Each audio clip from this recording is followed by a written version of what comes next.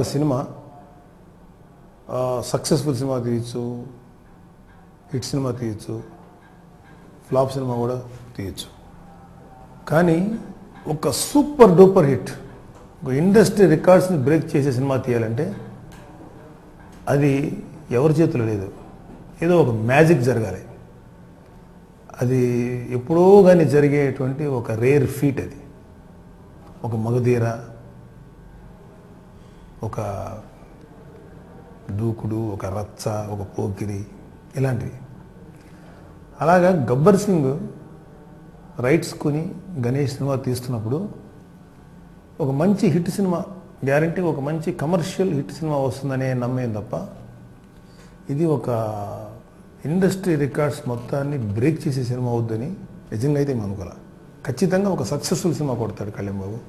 హరీష్ శంకర్ లాంటి డైరెక్టర్ చేతిలో, గణేష్ లాంటి ప్రొడ్యూసరు సక్సెస్ఫుల్గా తీస్తారనుకున్నాం తప్ప ఇండస్ట్రీ రికార్డ్స్ అన్నింటినీ తల్లకిందులు చేసే సినిమా తీస్తారని మాత్రం ఈవెన్ నాకు తెలిసి వీళ్ళు కూడా అనుకుని ఉండరు. గ్యారంటీ ఒక సక్సెస్ఫుల్ సినిమా తీస్తాను మాత్రం ఫస్ట్ నుంచి నమ్ముకోండి. అయితే నాకు ఈ సినిమాలో అసలు గణేష్ ఫస్ట్ వాడు ఒక నిర్మాతగా 2 సినిమాలు, ఒక అబవ్ యావరేజ్ సినిమా, ఒక సినిమా బిలో యావరేజ్ తీసి ఒక హిట్ కొట్టాలనే తపన, వాడి తపన ఈ సినిమా సక్సెస్, ఈ సినిమా ఇంత పెద్ద విజయానికి కారణం. అలాగే కళ్యాణ్ బాబు లాంటి ఇష్టమైన, అభిమానించేటువంటి ఒక డైరెక్టర్, ఒక ఫ్యాన్ డైరెక్టర్ అయ్యి దమ్ము ఉండి, కెపాసిటీ ఉండి, ఒక హీరోని అభిమానించేటువంటి వ్యక్తి డైరెక్టర్ అయితే కళ్యాణ్ బాబు ఎలాంటి సినిమా తీస్తాడు అని ఉన్నప్పుడు మాకు హరీష్ శంకర్ లాంటి డైరెక్టర్ రావటం. అలాగే సరే కళ్యాణ్ బాబు గురించి చెప్పుకోవాల్సిందే ఉంది. ఒక టైప్ ఆఫ్ ఏమంటారు, వెంజిన్స్తో ఉండేటువంటి యాక్టర్ వాడు.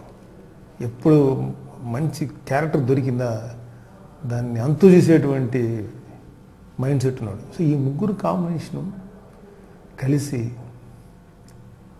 ఈ సినిమాని హిట్ చేస్తుంది అనుకున్నాం. కానీ ఇలాగా తెలుగు ఇండస్ట్రీ రికార్డ్స్ మొత్తాన్ని తిరగరాస్తాను మాత్రం ఎవరు ఎక్స్పెక్ట్ చేయలేరు.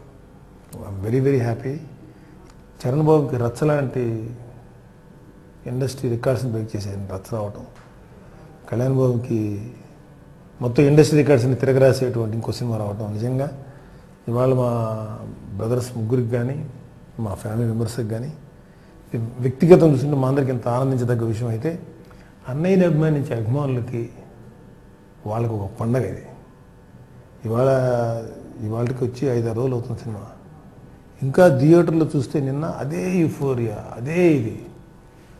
అంత్యాక్షరి సీన్కి అయితే అసలు 8 నిమిషాలు 9 నిమిషాలు థియేటర్లు నాన్ స్టాప్ కామెడీ. ఆ పెళ్లి కొడుకు గెటప్లో వచ్చి ఆ అమ్మాయిని పెళ్లి చేసుకున్నానని చెప్పే ఎపిసోడ్, అక్కడి నుంచి మార్కెట్లో కబడ్డీ ఆడే సీన్, అలాగే చిన్న sentimental scenes with father, with mother death scene, అవన్నీ sentimental angle, romantic angle.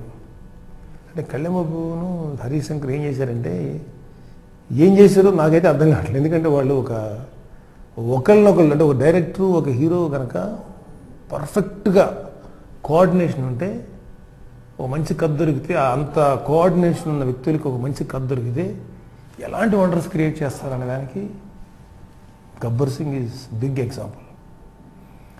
Songs Devi Prasad, నాకు తెలిసి Devi Prasad career's best songs ఇవే అంటే నా నమ్మకం. దేవి ప్రసాద్ పెట్టినప్పుడు మంచి మ్యూజిక్ ఇస్తాడు అనుకున్నాం, కానీ మామూలు మ్యూజిక్ ఇవ్వాల. ఎలాంటి మ్యూజిక్ ఇచ్చాడంటే థియేటర్లో జనం సీట్ల మీద కూర్చోకుండా డ్యాన్సులు చేయటం తప్ప ఆ సాంగ్స్ అయ్యేదాకా అదే పని. అలాగే కళ్యాణ్ బాబు సాంగ్స్ తగ్గట్టు ఇంత రెచ్చిపోయి ఇప్పుడు వాడు డ్యాన్స్ చేయలేం. తను చేసే సాంగ్స్ ఇంకా comedy, what not, Ram Laxman fights, backgrounds, Harish Shankar taking అనేది ఇంకా అసలు అద్భుతం. సో ఇంత పెద్ద హిట్ పిక్చరు నిజంగా మా ఫ్యామిలీకి ఇచ్చినందుకు, మాకు మా అభిమానులకి ఇచ్చినందుకు ఖచ్చితంగా గణేష్కి కానీ హరీష్ శంకర్కి కానీ మా అభిమానులందరి తరఫున, మా కుటుంబం తరఫున మనస్ఫూర్తిగా వాళ్ళకి థ్యాంక్స్ చెప్తున్నాను. తర్వాత హిందీలో మున్ని బద్నాం సాంగ్ చేశాను. మున్ని బదనం లాంటి సాంగ్ అంత రేంజ్లో తెలుగులో దాన్ని ఐదర్ అచ్చున మేము కాపీ కొట్టాలి వీళ్ళు, లేదా కొత్తది చేయాలి. కొత్తది ఏం చేయగలుగుతాం? మ్యాక్సిమం దాన్ని అలాగే పికప్ చేసి చేయొచ్చేమో. అది పికప్ చేసే రైట్ అయితే ఉంది గణేష్కి, హరీష్కి, ఇంకా రైట్స్ కొన్నారు కాబట్టి. కానీ దేవిప్రసాద్ అసలు అలా కాదని చెప్పేసి ఒక కొత్త ట్యూన్ పట్టుకొని మున్ని బదనాము సాంగ్ కంటే అదిరిపోయే సాంగ్ చేశాడు. ఇంకేం చెప్పాలి? ఒక్కొక్కళ్ళు ఈ సినిమా పనిచేసే టెక్నీషియన్స్ ఒక్కొక్కళ్ళు ఎలాంటి మైండ్ సెట్లో ఉన్నారు, ఎలా చేశారో నేనైతే ఊహించలేకపోతున్నాను. అంత వెంజెన్స్ చేశారు.